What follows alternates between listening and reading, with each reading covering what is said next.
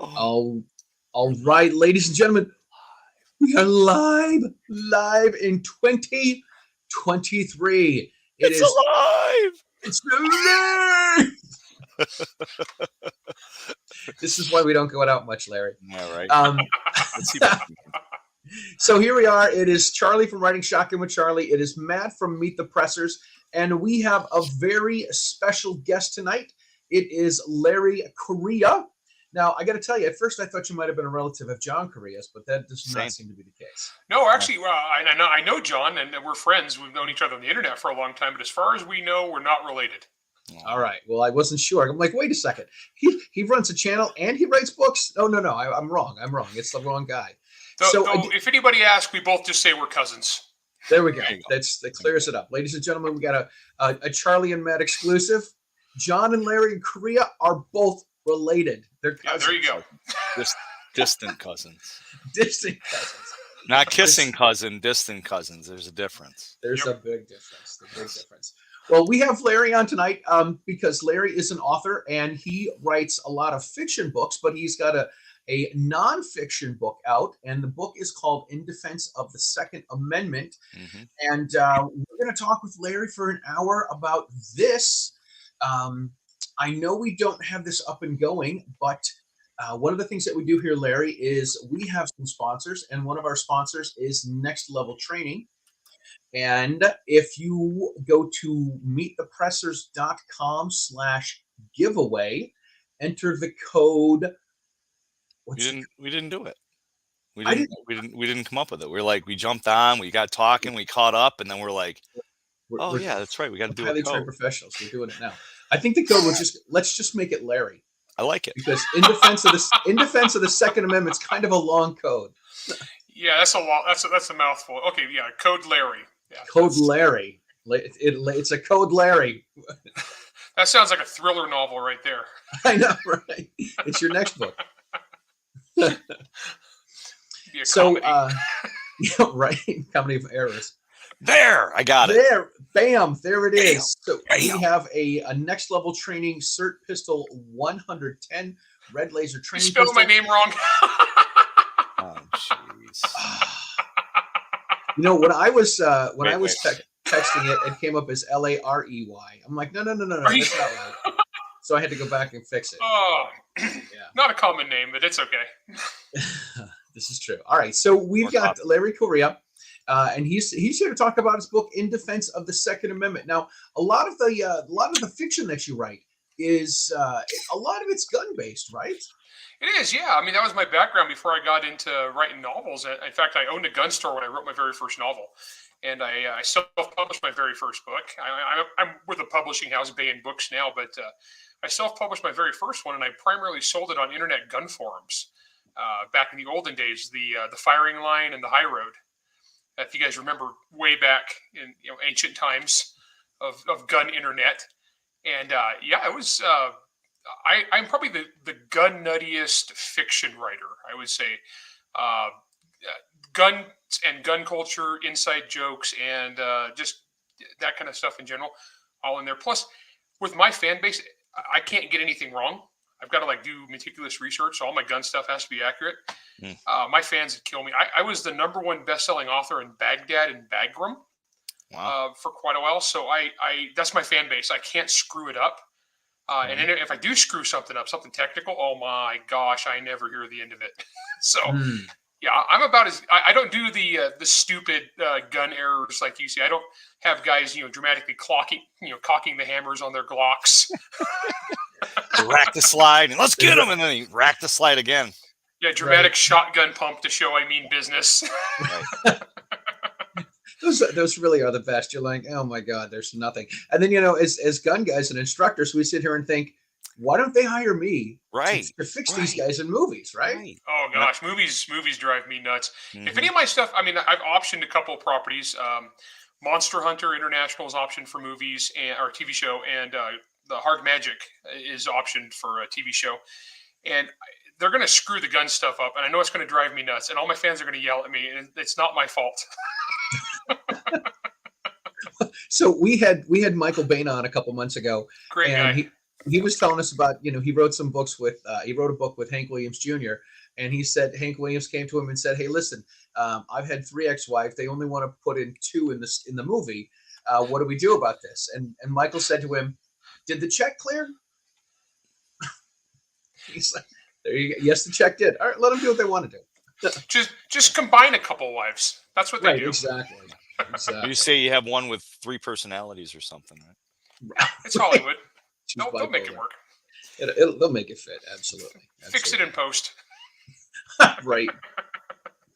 So I definitely have to commend you, Larry, because writing a book, that's probably been one of the things that I desire to do at some point in my career, but I'm just so worried about putting it in print and then having somebody come back and be like, "That's wrong," like we don't do the teacup anymore. I'm like, well, I wrote the book in the 40s, so I mean, it'd be a little bit better in that case, but my luck, I'd say something and be like, "Well, I don't do it that way," because you know how it is in the internet. You got one instructor that says, clip, another one says, "That's not a clip, it's a magazine," like usually is me, but so I commend you, because it takes a lot to be able to put that down and like you alluded to, not have the naysayers all over you and jumping on it. Yeah, and I'm that same guy that's always calling out the stuff that's wrong in books and movies, and so when I do it, it's karma. It's karmic payback for my screw ups.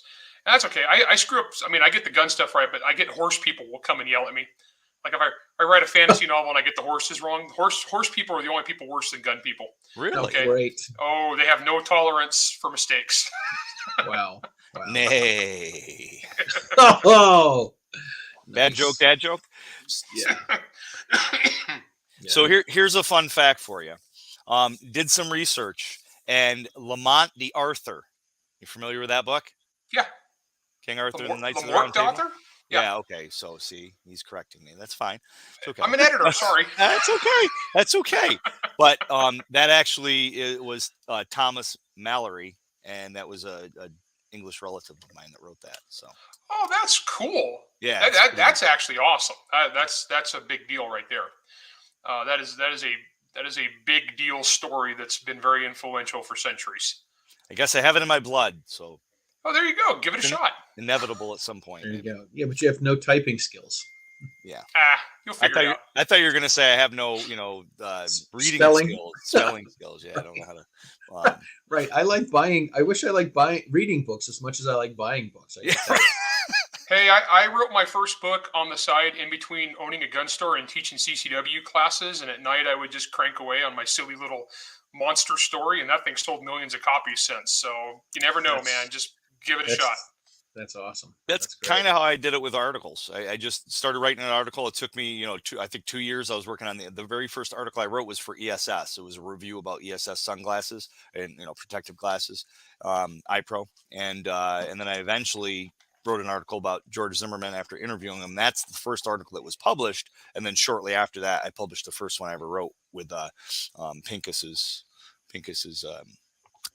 outfit. So neat. That's cool. Yeah. Lamont. All right. So let's talk about the book here. What I really like about the book is that it is you've really gone through all of the anti-gun folks, and I love that you call them vultures. By the way, I think that is absolutely great. But you go through all of the things that the vultures try to throw at us, and you combat every single one of these and knock every one of them down and talk about how they're all bogus. Yeah, I one of the goals was I wanted to have kind of an exhaustive compendium of everything they throw at us. Because basically I got 2 audiences in mind. I wanted to help people that are already on our side. There's a lot of people who believe in the Second Amendment and they love being able to defend themselves. They love the culture. They love guns, but they can't articulate an argument. They can't worth a darn. And so I'm trying to help those guys and also arm them with facts, get them all the facts in one place. And then the other thing was the fence sitters, the people who are, they've been lied to by the news. They believe the traditional narratives, but they're still kind of thinking about it, or maybe they get like that little wake up call when they watch their cities on fire and calling 911 doesn't do anything. These people have like a wake up, and so I want to just have a resource for them and be like, look, this is how this works. This is what you've been told your whole life by the news and by Hollywood, and this is how it actually works. And I came at it. I'm not an academic. I'm not a statistician. I'm not a policy wonk. I'm just a dude. I'm a writer who likes guns. But the advantage of being a writer is I'm really good at conveying information and telling stories. And so I try to hit it just super logically, but also emotionally too, because the truth is on our side. You know, and the other side has just emotion, but it's like really dumb, shallow emotion. Like we want to do this and this and this, even though that's going to make everything worse. And if you think about it, it's like obviously going to make everything worse and stupid and bad. And you can look at everywhere in the world they've got their way and how bad it is. So what I'm going for here is just I want to arm people with truth and knowledge and go for it. It seems to be working really well. It's been really well received. And the reviews are hilarious. Can you talk about like the exhaustive list of stuff? You can see I'm getting all these 1-star reviews from people who clearly didn't read the book. Like I was just reading one a minute ago. I was like, oh, this is so stupid. No one's trying to take guns away. This is just some gun nut fantasy for a guy who shoves a pistol and he sleeps with a pistol in his boxers. And I'm like, okay, now I carry in a Filster floodlight. All right, I'm not a heathen. All right. I'm classy, okay? Oh goodness. Sorry, late night. I've done like 20 interviews. I'm loopy. That's okay. We don't have an excuse like that. No, definitely not. Yeah, I think sometimes I was talking with in my class last night that I had. Well, I should say yesterday. It was a two-day 18-hour class, and one of the students in the class is an engineer, and he's got his doctorate. And he basically said, he goes, I don't want to offend anybody. I'm like, talk, man, it's fine. That's what we got to talk. We got to have communication. And he said, he goes, sometimes I find that the people that can't have a good conversational, they're low IQ. They start swearing and stuff like that. And I said, well, you ever go to New York City? Every other word out of their mouth is a swear word. But yes, I agree with you to some extent, where you let emotion get the best of you and you just start blurting out stuff. You don't have a rational conversation. You don't try to see the other person's side of it. And I think that's what we see a lot from the left side. It's that liberalism is a mental disorder kind of thing. Yeah, I actually divide the anti-gun side into two halves. And it's not even really halves. There's one giant portion that are basically people who mean well, but they get suckered. All right, they're the Stalin called them useful idiots, the people that you can sway with bad information, appeals to emotion, but they don't mean to cause. I mean, they're not trying to get more people killed. They're not trying to cause more mass shootings. They're not trying to get people murdered in the streets. They actually think that, if we ban all this stuff and disarm all the law abiding and we make all the guns away, then there won't be any more crime and everybody will be happy. They're suckers. Those people are still reachable, depending on the life experiences they have and what happens to them to wake them up. Those people you can still reach. Right. On the other hand, though, then there's the vultures. And why vultures is because the lawyers at Regnery wouldn't let me call them what I wanted to call them. So the editor wouldn't let you use the editor wouldn't let you use a-hole every time. Oh yeah, that would have got repetitious after a couple hundred pages. But vultures, because they're perched, they're perched and they're watching and they're waiting for carnage. And when there's death and destruction, man, they swoop right in there to take advantage of the situation every time. Now those guys, and these are usually their professional pundit class, media, politicians. They know what they're saying is crap. They know what they're saying is going to harm people. They know that it's going to get people killed, and they're happy.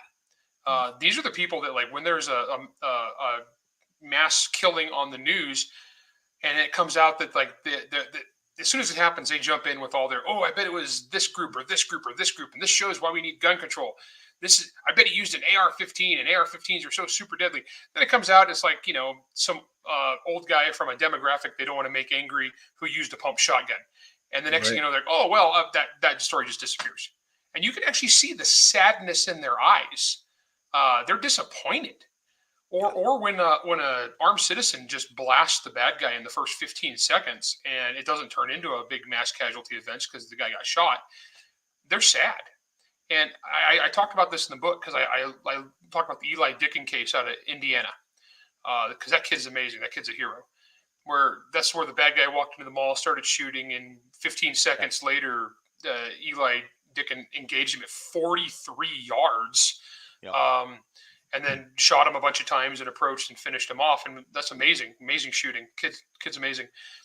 But Shannon Watts, Moms Demand Action, she was upset. She was angry. And they started having this thing where, well, who's the real bad guy? They both had guns at the mall.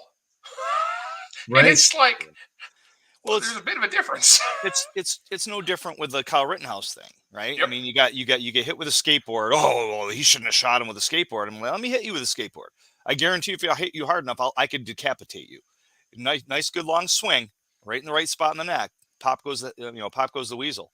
But on top of that, a pedophile, right? I mean, he shoots a pedophile. Now, granted, we don't want to go around just murdering people without due process, but come on now, it's a pedophile, and they raise this person up. It's like if this isn't the epitome of good calling, calling good bad and bad calling, being called good.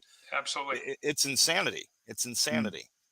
That's why we were all glued to that Rittenhouse case. I don't know about you guys, but I watched a lot of it. I watched it on Rakita Law. I was glued to that case, and when they read the verdict at the end, I got emotional. Because I think what it was is not only did this kid defend himself and defend his community, by the malicious and stupid prosecution against him, he kind of became like a stand-in for everybody in America who has a gun for self-defense. Because we're all one stupid prosecutor, one malicious, dumb prosecutor, and a howling mob away from getting hounded to death. And like on the skateboard thing, I just saw a comment, but on the skateboard thing, when I was arguing with people, I actually bookmarked several cases where skateboards were used as murder weapons. Right. And so they're like, it was only a skateboard, and I'm like, here's this case and this case and this case and this. Right. Yeah. It's actually it's a club, and it's a common weapon, and it's a club with big metal things on it. It's going to kill you. It's a bludgeon. It's the Lucille, the baseball bat from The Walking Dead, in a different form. Yeah, the people we argue with on this, and this is one thing I try to get in the book. We're arguing with people who are so detached from reality.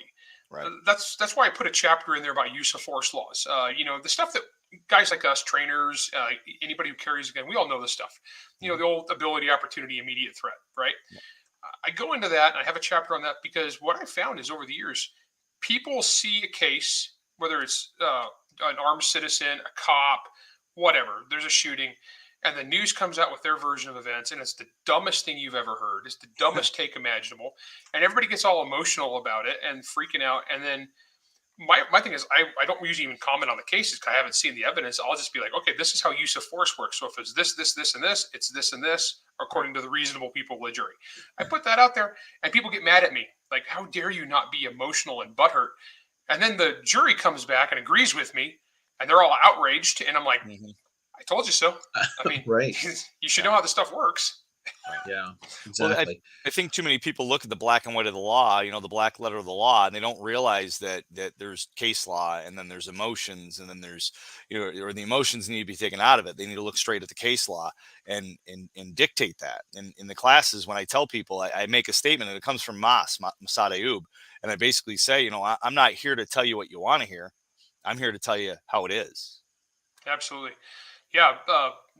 That guy's a national treasure. Okay. Yes. Mag 40, he's amazing. I've looked up to him for a long time, and he's right. He's absolutely right, because there's our feelings about things, and then there's the reality of things.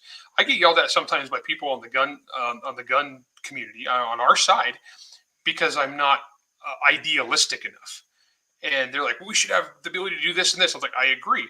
Get me 20 more pro-gun senators, and we can do that. Right. In the meantime, this is what we got to do, and this is how we got to go to court.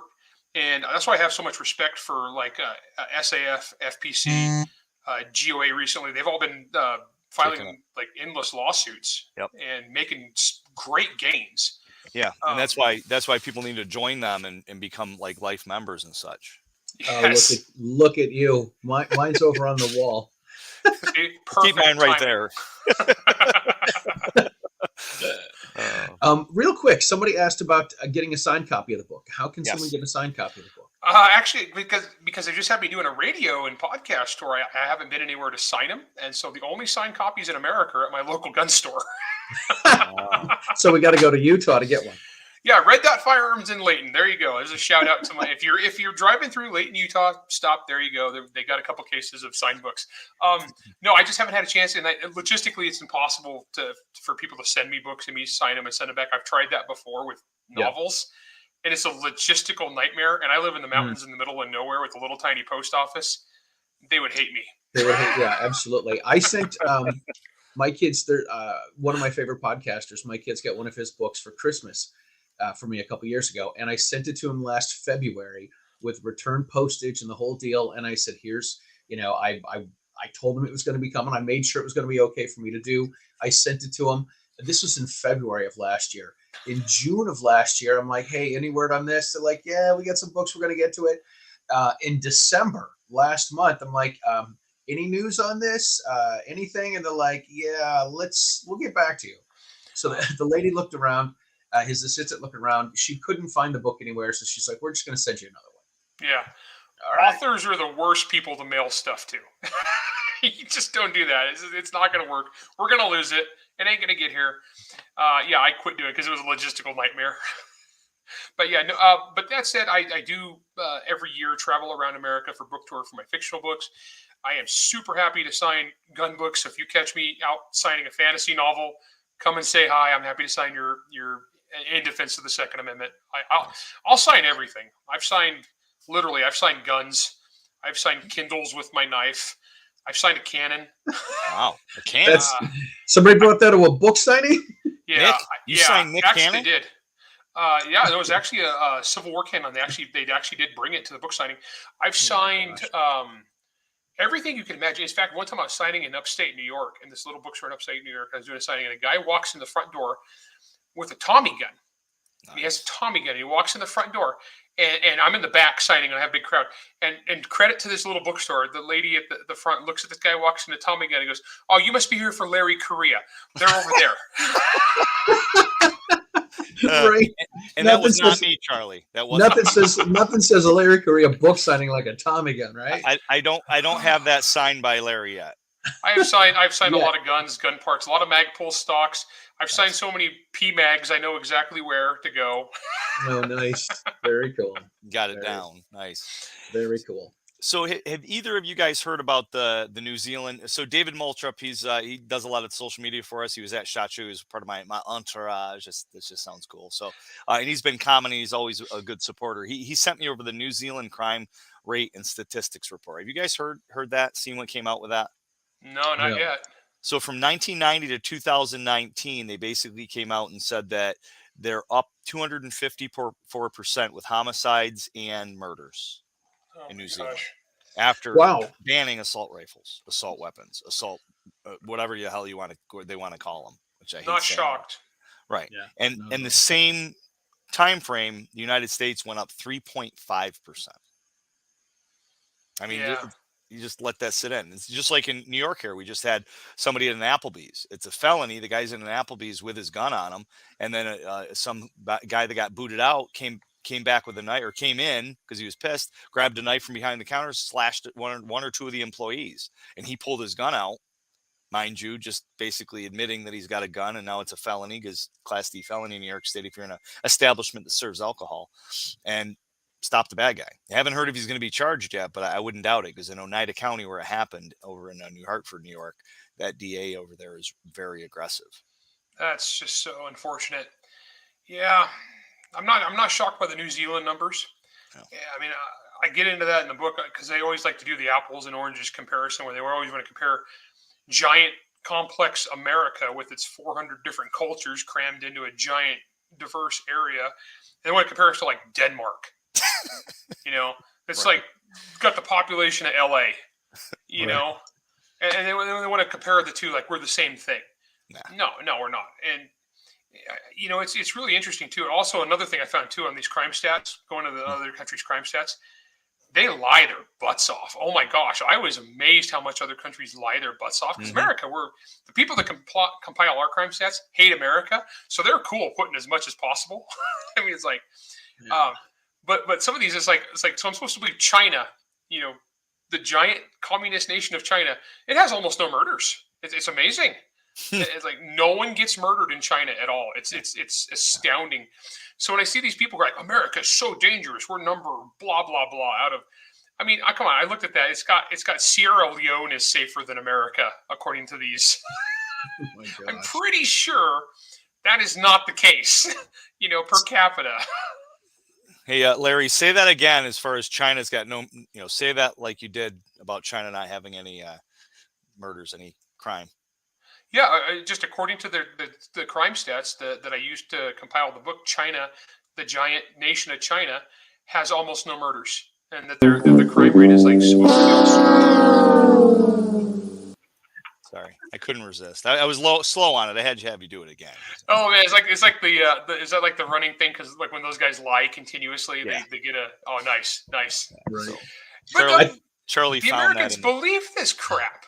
They believe Right. it. Right. Well, I think what it is, I think that they believe it, but it's kind of behind it. Just like the papers that they found for Biden. Like how many people are Trump, he needs to be impeached. He needs to be hung by his toenails. And then they find it with Biden. Oh, but it's not the same. It's Right. It's different now. You're right. It's not the same because he had those as a senator and vice president, right? Which was years ago. He had them way longer than Trump had.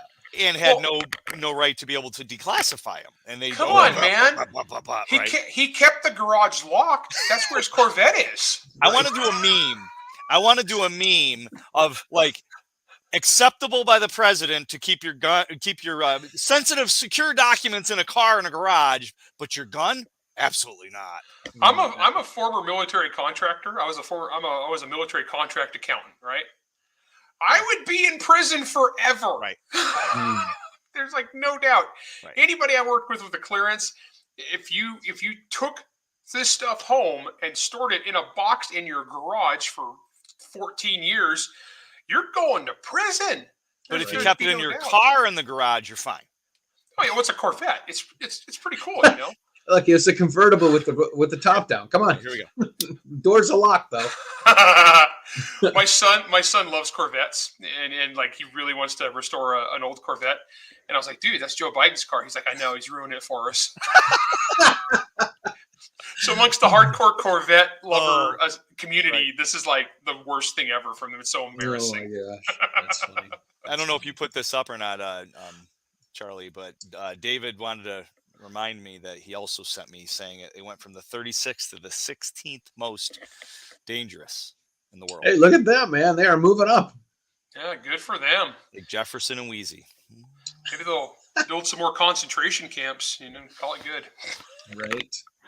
Yeah, but I guess to my point, I don't know if I finished it. I kind of went on a squirrel trail there, but I think sometimes they don't want to believe it, and then they just keep believing the lie. It's like you tell yourself a lie long enough, and there's tons of statistics out there like that. It says you can keep lying to yourself, and eventually the lie becomes the truth in your head, and maybe to others if you keep doing it.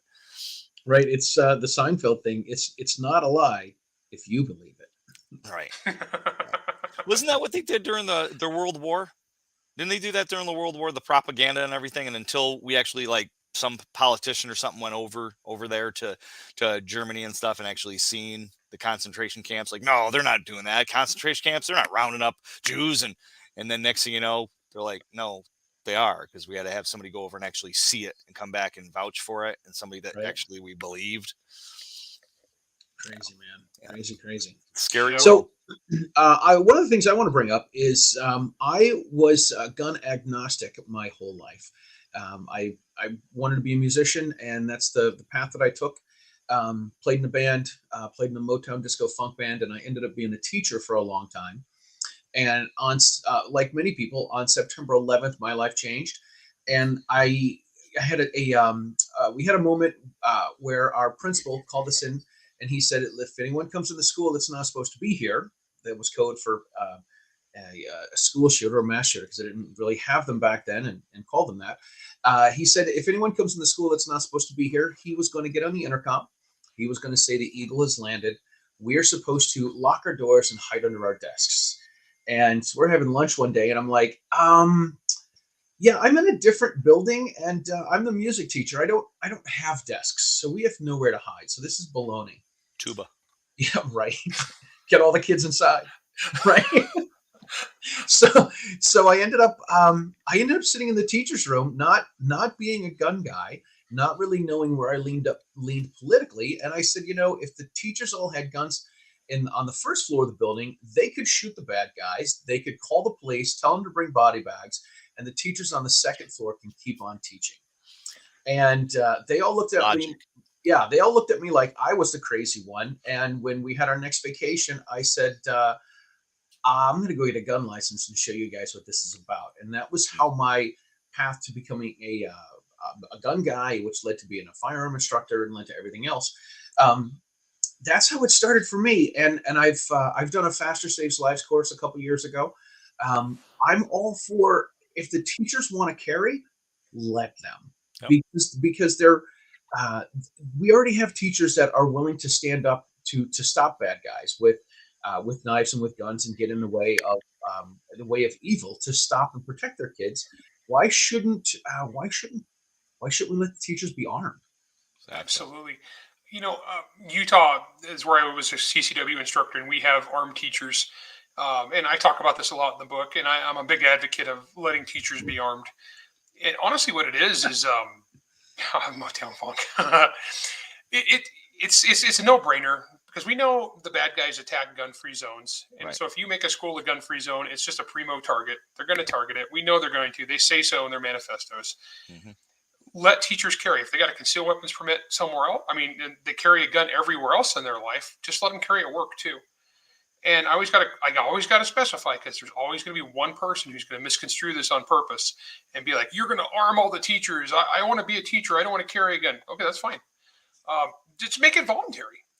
Every school's got a couple people that are capable and smart and dedicated. You were the guy at that school. But every school has somebody.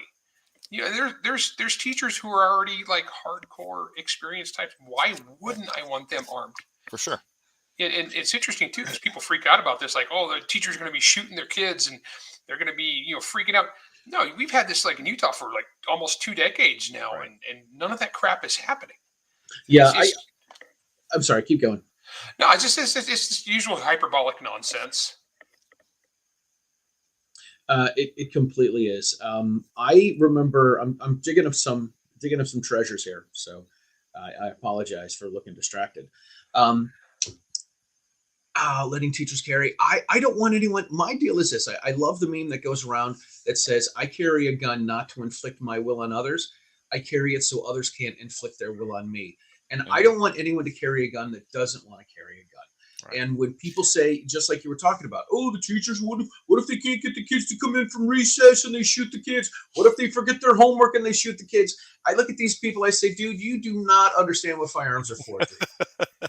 Well, and also, if somebody is that much of a freaking psychopath, right? Exactly.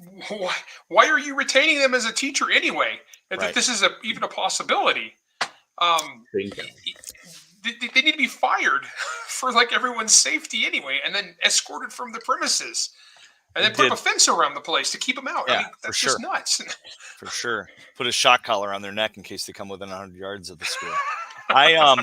Right. I was at a law enforcement trade show. This is probably 4 or 5 years ago, because you always forget COVID takes up 2 years of our past life. But and I had a bunch of, and they were airsoft guns. They weren't even real guns. They were airsoft guns. I could have had real guns there, but it's just easier to bring airsoft. So I had a bunch of airsoft replicas. And this one lady walks by and she looks at the table and she gasps, "Did you hear they're going to try to arm the teachers?" And I was like, "Yeah, and they should." And she goes, "Well, when that happens, I'm going to quit." And I said to her, I go, "Well, you guys have fire extinguishers there, right?" And she goes, "Yeah." I go, "You know how to use it?" She goes, "Yeah." I go, "Are you expected to be a fireman?" She goes, "No." I said, "Well, a fire extinguisher is just like a gun. They're both tools that can save lives if you know how to use it." And like, then the smoke started coming out of her ear. And then right. But it's like, I don't get it. And Larry, I want to get your take on this, because this drives me nuts, and I've been trying to rationalize it. Are they insane, or are they truly ignorant and stupid that they don't realize that a gun in a good person's hand can stop a gun in a bad person's hand? And if you remove guns from society, New Zealand, for example, it's not going to fix it. Let's see. Are they dumb or insane? You know that little meme of that little girl that says, "Why not both?" Well, it depends. some of them are like emotionally stunted, and if you talk about even the idea of using a weapon to defend yourself, they just freak out. To them, that's just only the state can do it. But then again, when they think only the cops can do it, but these are the same people who get mad at the cops. Well, why don't you just shoot them in the leg? Yes. Why do you always have to shoot to kill? Just shoot the knife out of their hand. Right. It's like, lady, people used to pay me to shoot pistols. I can't do that. Okay. And I'm way better than 99.9% of law enforcement with a handgun under stress. There's a reason we aim for the big part. No. So some of these people are emotionally stunted, and just, it's goofy. And then there's some that are just pathological liars. They'll just lie their butts off. And Congress. Well, I noticed that in the aftermath of the California shooting this week, Adam Schiff was on Twitter within like 3 minutes talking about how this was probably the work of MAGA Republicans, because if you look at it, this is clearly anti-Asian and Pacific Islander bigotry. And this just shows why we need AR-15s off the street. Jeez. Which is funny because literally everything that guy tweeted was wrong. Yeah. I mean, there was like nothing. But what do you expect? The guy's a pathological liar. Right. I saw a meme. I saw a meme earlier that said the video footage of Adam Schiff after he was fired, and it's a kid laying on the floor having a nice temper tantrum. Before we move on, I'm going to pull something up. I can't believe I'm pulling this up. Somebody asked for pictures of a video of me playing in a Motown band. I've got some pictures here. I'm going to have to figure out how to do this. Oh my gosh, how can I move us off to the side? Yeah, I don't know how to move us off to the side. Do that one? No, this one? I think we're both clicking buttons. No, click that one. No, that's the wrong one. Click the other one. This one? No.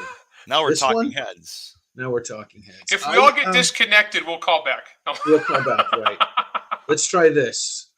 There we go. There you go. That's what we're looking for. That is me playing the trombone. So go ahead.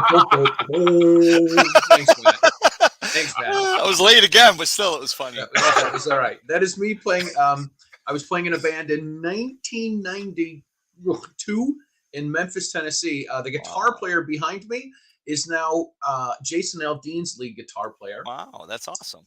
This is me in a newspaper in Boston with one of the radio guys. We were, oh my gosh, I think it was 98. Which one are you? The Trump-looking guy in the middle? Yeah, I'm the Trump-looking guy in the middle. That's right.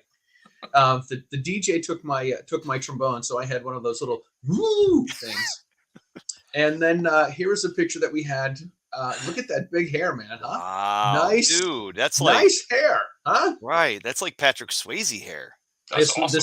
This was like 97, 98, somewhere around there. Wow. So, yeah. I was already going bald. I couldn't participate. You couldn't play in the band. You didn't have enough hair. Yeah, mid-90s, it was already going. So. Oh my gosh. Oh, yeah, here we go. Glamour shots. Glamour shots, exactly. Yeah, so the Blues Brothers. So the very first picture I showed you guys, I was playing in a band called the Blues Other Brothers, and we cool. traveled around the country with two guys from Iowa, and God bless them, man. God bless them. Those were the days. Wow. Anyway. That's awesome. I don't want to bring up any pictures. I posted for our anniversary. I posted a picture of my wife and I, and I think we had our two oldest kids with us in the picture. And my wife was like, "We look like freaking Charles Manson family, psycho killers." How'd you post that? I'm like, thought it was nice. Thanks, honey. like 31 years. I'm like, no, you're acting like a psycho right now. That wasn't. I didn't say that. I thought that. I didn't say it though. It's good that she doesn't watch the show, man. I got to tell you. Anyway, so I didn't. Sorry to interrupt that for. That was good. That was good. For some glorious pictures there. Definitely. So we're talking about how the crazy folks. Yeah. What? Any thoughts on And I mean, obviously, writing the book and inciting them so their heads explode is one way to beat the other side. Any other ways you can think of, or other things you've done, Larry, or even you, Charlie, to try to to battle that back? Because honestly, if we're looking at the boxes of liberty, we're getting closer to that ammo box. And I'm never condoning right now or talking about a civil war, but at some point when we see the stuff that's happening and them talking about stacking the Supreme Court and impeaching the Supreme Court justices, and they beat away our only really safety right now to stop this kind of gun grab. I don't see where else it could go. So are there other tactics and thoughts and ways to battle this insanity from the left? I think there are. I mean, we still, like you said, so we still have the jury box that's still going on actively. Yeah. Ballot box, it comes and goes. It just depends. I mean, because, and I go into the book, I try really hard not to get partisan, because my goal is like, I'm trying to bring Democrats over to our side on gun ownership, because the rank and file are not necessarily insane or evil, but their leadership universally is. But I get into that. I was like, yes, there are elected pro-gun Democrats supposedly, but there's more evidence of Bigfoot as far as seeing them actually vote. I mean, actually, I would believe in Bigfoot before I believed in a pro-gun Democrat senator. So let's put it that way. Hey, Charlie, can you put that picture of Bigfoot back up that you just had? Sorry. I mean, go ahead. I'm definitely. If I had to vote on which one of these is more likely, I'm going Bigfoot. But so the ballot box is still a thing, and it's interesting because they're pushing so hard right now. But the biggest thing I think is us individuals taking this to our friends, taking this to our family, taking people to the range, taking the time to educate people, and we're actually culturally we are winning. If you look at 2020, was our year of fiery, mostly peaceful chaos. If you look at gun buying during that year, it went insane, and it wasn't us buying them. We got ours. We don't pay over MSRP. We don't stand in line, right? So this is new people. It's a good point. It's interesting. I was actually on another show earlier today, and we were talking, and the host brought up something that I had not thought of, and I wish I would have thought of it before writing this book. Well, I couldn't have, because this has happened since I wrote the book. But he pointed out with Bruin, with the Supreme Court, there's been this massive wave since Bruin with every blue state going for the wackiest gun laws possible, and the ATF doing the craziest stuff possible. And like the ATF is doing new stuff every day that's just been crazier.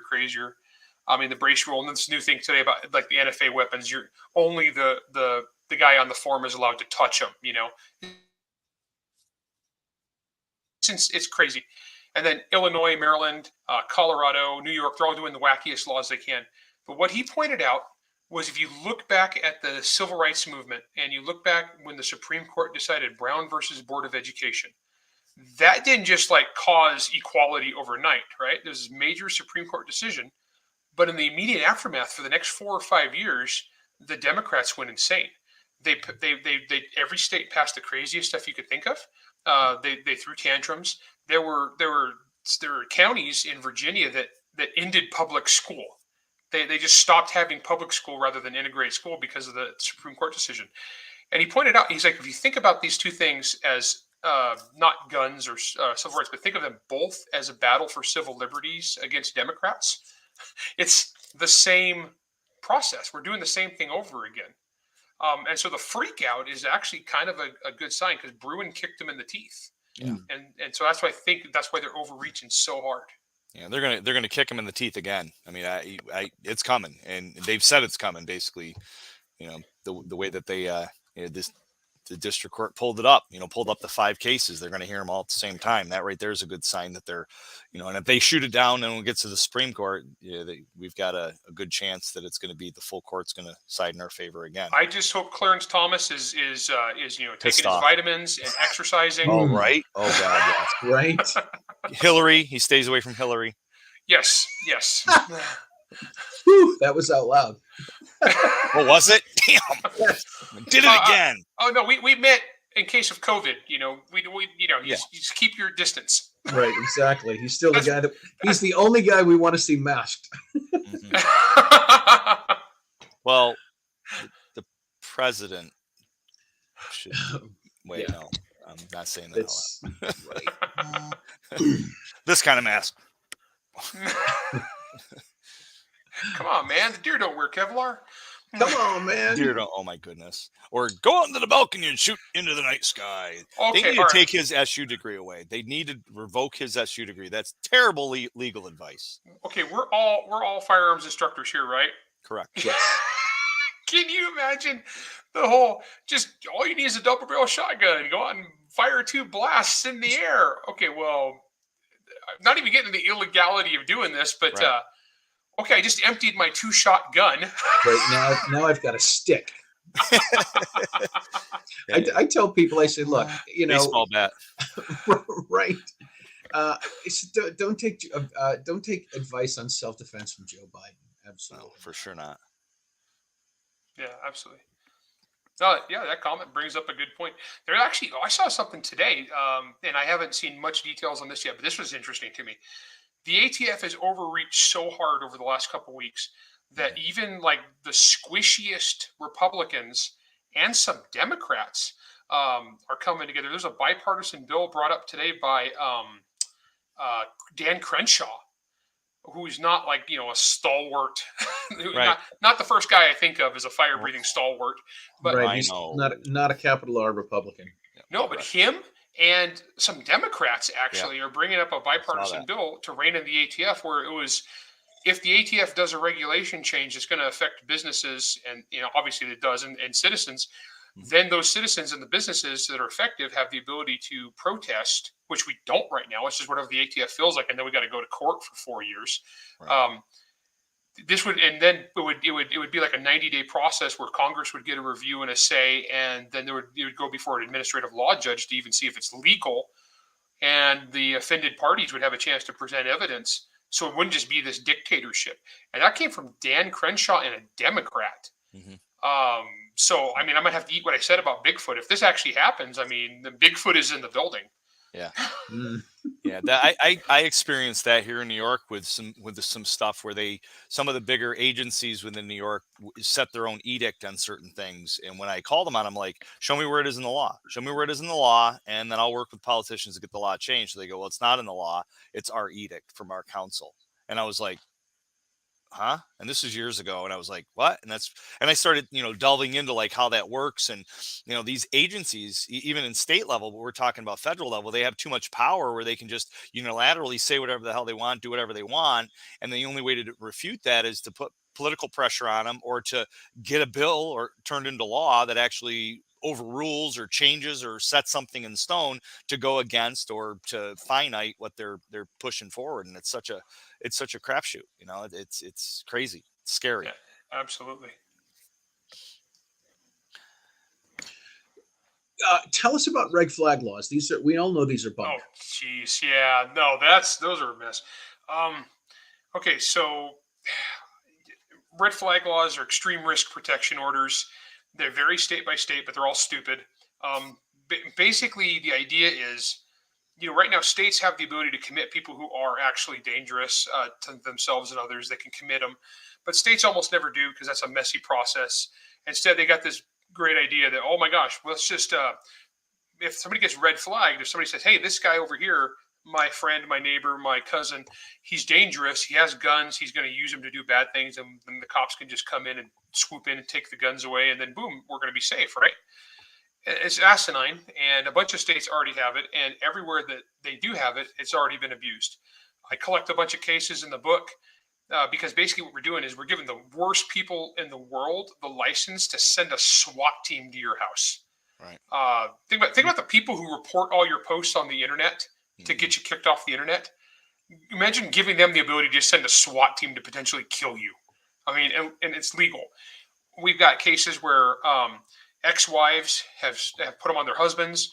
We've had cases where stalkers have red flagged the person they're stalking. And the victim is getting disarmed, and then the stalker is like, hey, I'm safe. And we had my favorite case was one from Colorado where a cop shot somebody in the line of duty. It was ruled a justifiable shooting. And then the mom of the guy who got shot put a red flag on the cop. She fabricated a fake relationship with this guy who she didn't even know in real life, and said that he was dangerous. It was planning to do this is a cop. and they came and disarmed him, and he went through this process, and it got thrown out. But think about it. This guy had a union, all right, and he has, you know, department lawyer. We don't. Regular people don't. And all it takes is one disgruntled person to do this to you. And then there's the other side of the coin, which really gets me. Let's say that the guy actually is dangerous. Let's say he is actually a disgruntled, disaffected loner who has violent tendencies. Okay. You swoop in, you take his guns. He's still free. He's not going to be any less disgruntled now that you've somebody reported him to the cops and the cop raided his house. He's not going to become happier or nicer. He's still free. He can still procure an illegal gun, like most criminals just steal one, or they buy one off whoever stole. I went through that in the book. That's statistically where the vast majority of guns come from used in crime. And then there's nothing to stop him from going to Home Depot and putting together a bomb. There's nothing to stop him from driving his car through a parade or down the sidewalk. If the guy is truly a danger to himself and others, then he should be committed and he should go through the correct process, not this red flag Band-Aid. But speaking of Dan Crenshaw was one of the Republican senators that voted for this crap to fund this for every state. And they're like, well, we didn't actually vote for red flags. We voted for red flag funding. Oh, okay. Because, you know, states are real big on not doing what the feds bribe them to do. Of course. Right. Yeah, it's a ridiculous process. It's a ridiculous thing, and I think as they grow in number across the states, we're going to see more and more horrible abuses of them. Yeah, I had a sheriff here that I sat down and had breakfast with a few, probably 3 years ago, I think it was, and and I asked him. I said, "Have you ever utilized ERPO red flag?" And he goes, I think one time, and it was a case where I guess a pizza delivery driver pulled up into this guy's parking lot or into his driveway, and the guy got stuck in the snow and he was trying to get out. And the owner of the house, a veteran, came out with a gun and basically threatened him and freaked out because he had some PTSD, and then went back into his house. The cops showed up. There was a standoff. They finally eventually were able to get him out and get him medical help. But then they said they had to go and do ERPO red flag to confiscate all his guns. I'm like, but you took him away and put him in the hospital for mental health help. So, I mean, you had his guns. You took his guns, right? He goes, yeah. I go, so did you really need ERPO red flag? I mean, you were there, the guns were there. You didn't want to leave the guns out for anybody to break in and steal. I mean, so it was, he's like, yeah, I guess we really didn't need to go about it that way. It was just really weird. Like, that's the one time in his 22 years as a sheriff, and now the sheriff of the county. It was interesting. But yeah, I mean, using it incorrectly is horrific. Right. Yeah, we can both think of departments that will not hesitate to abuse this, and judges who won't hesitate to stamp off on every single one that come across their desk without hesitation. Oh, absolutely. So here's a thought. David put down here, people that get kicked off social media make fake accounts, come back to be able to harass people. And when he posted that, my first thought was, if somebody wants to get a pistol license, are they going to put their fake account down? Are they going to put down their fake Facebook account so that they can apply for a pistol license in New York? That was my first thought, right? That's right. The good conduct Facebook thing. I would be so out of luck. I mean, I'm perpetually banned off the internet, so I would never be able to own a gun in New York. Right. You just got in trouble just this week for reviewing Puss in Boots, right? I did. I got kicked off the internet. I gave Puss in Boots a positive review, and I just said, hey, as a writer hat on. It was a kids movie, but it was actually really well written. It was really good, and I got banned. And it was like one day before the book came out, where most of my fans are who buy books or congregated there. They actually reversed it, which was funny. And then today I got banned for making fun of an Australian literary moron who thinks he's qualified.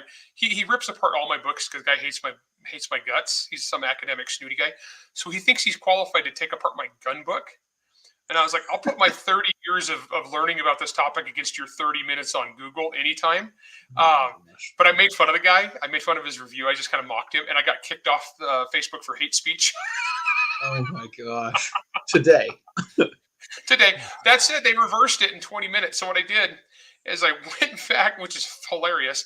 So I went back and I edited my review of his review. And I changed all the words that might be offensive, but I made it bigger and like way more insulting. Kudos to you. This is what you get for being a writer, right? Yeah, I mean, basically, plus the fans love it. The fans enjoy that kind of stuff. But yeah, come on. I'm not going to listen to some snooty academic Australian try to tell me how gun laws work in America. Right. And everything they're saying is like this, high from atop Mount Dunning-Kruger telling me what they think there. Right. Yeah, nah. It's like, I got enough to keep up with the stuff going on in America. I don't have time to go and look at other countries and criticize them for what they got going on. That said, I do go into their crime stats, and it's funny because they like to talk a lot of trash about how much safer that they are than America. Well, first, once you get over the way that they massage their stats and don't count stuff that we count, and Britain is really bad at that. But then, they have less murders, and they had less murders before too. They also don't have America's demographics or cities or anything like that. But then you get into their rape and assault rates. Oh my gosh. Yeah, right. Australia needs guns. The women of Australia need handguns. Jeez. We just need to fly over and drop barrels of Liberator pistols like World War II. That's good. Yeah. Right. Paper airplanes with subliminal messages. Right. All right, gentlemen. Well, I'm gonna sign off and hop onto the other show. And all right. Well, before we get too far, I want you to see that I was at SHOT Show, and SHOT Show is bipartisan. Look at that. That's right. We saw the Jack's Link Sasquatch there. Wow. See more. There was more Sasquatches there than there were Democrat congressmen. Absolutely. I think you're right. Yeah. They did have some senators, but I'm pretty sure they were all Republicans. And they did. Dettelbach was there too. Oh boy, I bet he was popular. The head of the AFT. It was really funny. I went to. Sorry, Matt. You need to go because we have another show coming up in 4 minutes. Yes, Larry. It's been an absolute pleasure. I look forward to hanging out with you more in the future and maybe seeing you at SHOT Show next year, if not sooner. Cool. Thanks, Matt. Stay safe. Very cool. Thanks. Yeah. So, what the hell was I talking about? Oh, yeah, Dettelbach was there. Yeah. So he had the ATF and the FBI had an hour and a half seminar, and I'm going to say like the first 4 minutes, Dettelbach came out, and I texted my buddy sitting next to me. I said, "This is the part of the speech that we call ass kissing." Because it was a lot of, hey, gun owners are good people, and they're the law-abiding folks. We don't really want to come down on you guys, but we're going to nail you guys for pistol braces and shooting your pistol brace on your shoulder and all the nonsense. Yeah, that part when they originally were doing the original rules and we're doing the comment period, and they were like, not a felony, felony, not a felony. Felony. Right. Oh, well, that's comforting. Now they're telling you how to shoot your guns. Oh my God. I belong to a snub revolver group on Facebook, and somebody had a snub right up against their shoulder, and they're like, "Oh, look, that's a short-barreled rifle. It's only 2 inches long." And the thing is, I had somebody on because when there's stuff comes up, I'm trying to explain how the actual laws work, and I'm reading this 293 pages of nonsense, and I'm trying to convey this to my fans on Facebook and Twitter. I'm trying to get them to actually understand, and I'm explaining how the law works, and I always get the chest beating guy who's like, I don't care what the ATF says, I want to do what I want. I was like, okay, A, I don't care. B, if you're going to do felonies, don't say it on my Facebook page, please. And right. C, you say that, but I really love my dog. And the last thing I want to do is, he's a good boy. I mean, I don't want to piss off the ATF. I love my dog. And so I'm really hoping that we can work. I'm hoping the courts, when that 120 days kicks in, because it's federal, I can't imagine with as many lawsuits as going forward that there's not some judges in America who are going to get these cases before them and throw the brakes on this. That's my hope. I don't know. We'll see what happens. That's just maybe my natural optimism getting in the way of cold, hard reality, but I hope that's the case. Yeah, hopefully. Well, listen, we only have a moment left. I want to say I appreciate getting a copy of the book. I'm really enjoying it. I've been reading. I'm a slow reader. There's no pictures, so I'm a slow reader. But I'm halfway through the book, and I absolutely love it. I wish I would have got it before I headed out to SHOT, but there's more time to read on the plane that way. Oh, yeah. How can people get the book? How can they find it? How can they follow you on all the social medias? Sure. The book is available pretty much everywhere. Barnes & Noble, Amazon. We also have an audiobook. There is an audiobook. You can get that from audible.com. It's from Blackstone Publishing. The publisher is Regnery, so they're a very big publishing house. They're basically everywhere. Some gun stores are carrying it. And if you want to follow me on social media, I'm Correia45 on Twitter. Really easy to find. Or I am Larry Correia on Facebook. My blog is monsterhunternation.com. I will warn you in advance, though, that I am pretty offensive. That's what I love about it. well, you know, sometimes some people, even people in the gun culture, get a little squeamish. But I'm honest. We'll put it that way. I'm a very honest person. Gotcha. Very cool, man. Well, listen, I really appreciate having you on the show and having you hop on. And any chance that this is going to make it to the the top of the charts? Well, okay, so I can't really say numbers, but just off the pre-orders alone, it's a bestseller. So before this week even started, it was a bestseller. It's done extremely well. Right now, it's sitting up really high on Amazon. It's sitting up really high on Audible. We hit #1 in a whole bunch of genres. It should be a New York Times bestseller, but the New York Times hates guns and they hate me personally. So, yeah, most of my books are. I am a New York Times bestselling author, and I was every year until they learned who I was, and then I haven't made it since. So we'll see what happens. Well, that sucks, but we know it's a great book, and we hope that everybody gets it. So please check it out on Amazon. Please follow Larry on all the social medias. Larry, thank you so much for being on the show, man. And this is a pleasure. Thank you very much. We'll talk to you soon. I had a great time. Thank you. All right. Thank you. Bye-bye. For everybody else, thank you guys for tuning in. If you want to tune into the next show, Matt and I are doing a SHOT Show wrap-up, and it is started 1 minute ago, and I will see you guys there. Thanks a lot.